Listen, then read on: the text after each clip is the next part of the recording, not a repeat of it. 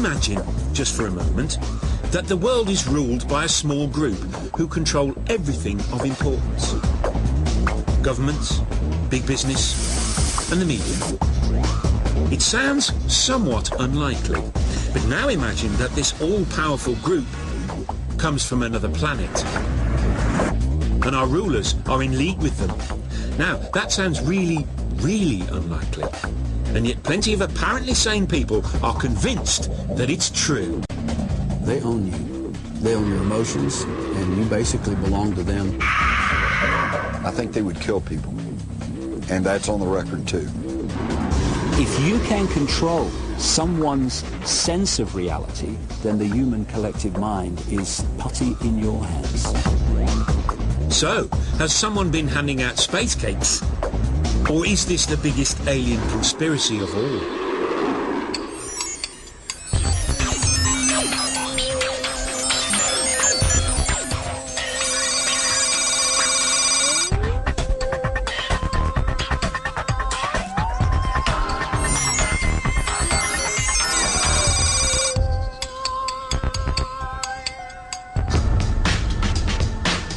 July the 16th, 1945, the day the atom bomb exploded. Everyone agrees this was an historic day. But some people believe it was also the day an alien conspiracy to take over our planet began. You see, apparently, this was an event which didn't just get noticed here on Earth. The shockwaves were felt across our galaxy and beyond. Ever since the UFO phenomenon sort of exploded into public consciousness in the mid-late 1940s, people have wondered, why now? Why now? And of course, the first answer people came upon was that, well, now we have the atomic bomb.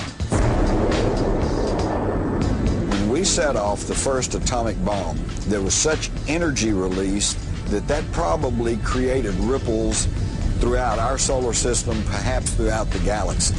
And other advanced races out there kind of did a double take and went, oh my God, the kids have found the matches. It's true that it wasn't long after the nuclear blasts in the late 1940s that the first witness reports of UFOs began. I think it was from outer space, but friendly. According to the theory, these UFOs were alien craft who had arrived as an advanced guard. They were soon making contact with our rulers and negotiating terms.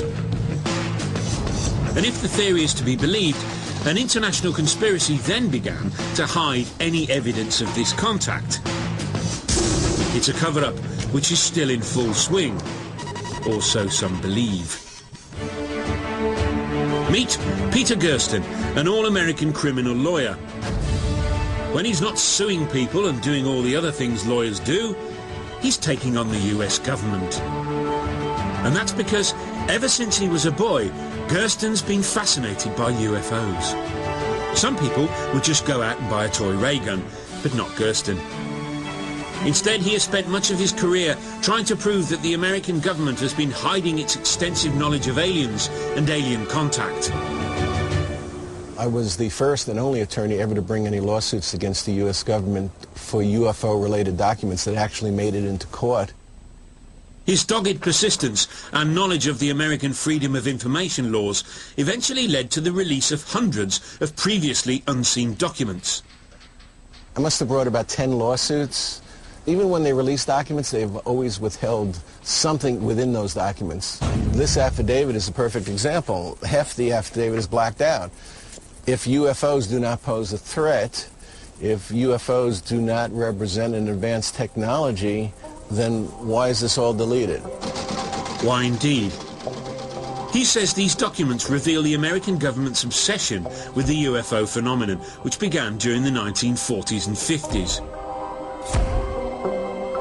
They reveal the existence of government committees which were initially set up to investigate UFOs. But all along, the existence of these organizations was denied, until finally they were all closed down, one by one. Despite the fact that governments kept telling the public there was no such thing as aliens, the aliens themselves didn't seem to be getting the message. Because according to Gersten, they just kept flying their spaceships through our skies. One case, which has been cited by many as proof of a vast conspiracy, conveniently happened in Gersten's backyard in Phoenix, Arizona. Unidentified flying objects over the valley. A triangular-shaped object. What was in the sky last night? The Phoenix lights lasted anywhere from an hour and a half to 2 hours, and there's never been a major investigation to determine what that was. What is it? I don't know. About 10:30 at night, there were about 7 lights that had a distinct formation that just stayed over Phoenix in a triangular pattern and then left. The story gripped the local media, but the official response was some kind of military flares. They had a number of leftover flares on the aircraft, and each aircraft had to get rid of them because the rules prohibit the aircraft from landing with flares on board. Gersten returned to the courtroom, but even he couldn't prize an explanation out of the authorities. The Freedom of Information Act is totally impotent. All they have to do is a reasonable search. And they say they did a reasonable search, we couldn't find anything, and the court goes along with that. So, is Gersten onto something, or does he just need to get out more? To really get to the bottom of what the government might be hiding, we need an insider. One who's seen some alien evidence with their own eyes. If you're involved in something like this, who do you talk to? You can't tell your family. You can't tell your closest friend. Now, the most convincing evidence that aliens have landed and those in power know about it would naturally be the sight of, well, an alien hanging out with the rich and powerful, being driven around in a limousine, or being photographed with celebrities. Unfortunately, the absence of anything like this means believers had to rely on something less convincing, hearsay, and there's certainly been plenty of that. I glanced up and there were 3 flying saucers at an altitude of 350 feet. No one disagrees that in the 1940s there were lots of unidentified flying object sightings. Even the skeptics agree there have been a lot of these sightings, but they put that down to paranoia. What's this all about? What's everybody running from? It's the end of everything. What do you mean? There was, after all, something called the Cold War going on. When the West and the Soviets confronted each other with secret weapons, spy planes, and various other military thingamajigs. The skeptics put UFO reports down to all of this. Nick Pope, for example, conducted an official British investigation into UFO claims, and let's just say he's not convinced. Nothing so far tends to give rise to any suggestion that extraterrestrials have visited the Earth. But it's often suggested that there's a huge conspiracy here, and that the government somehow covering up the truth about UFOs.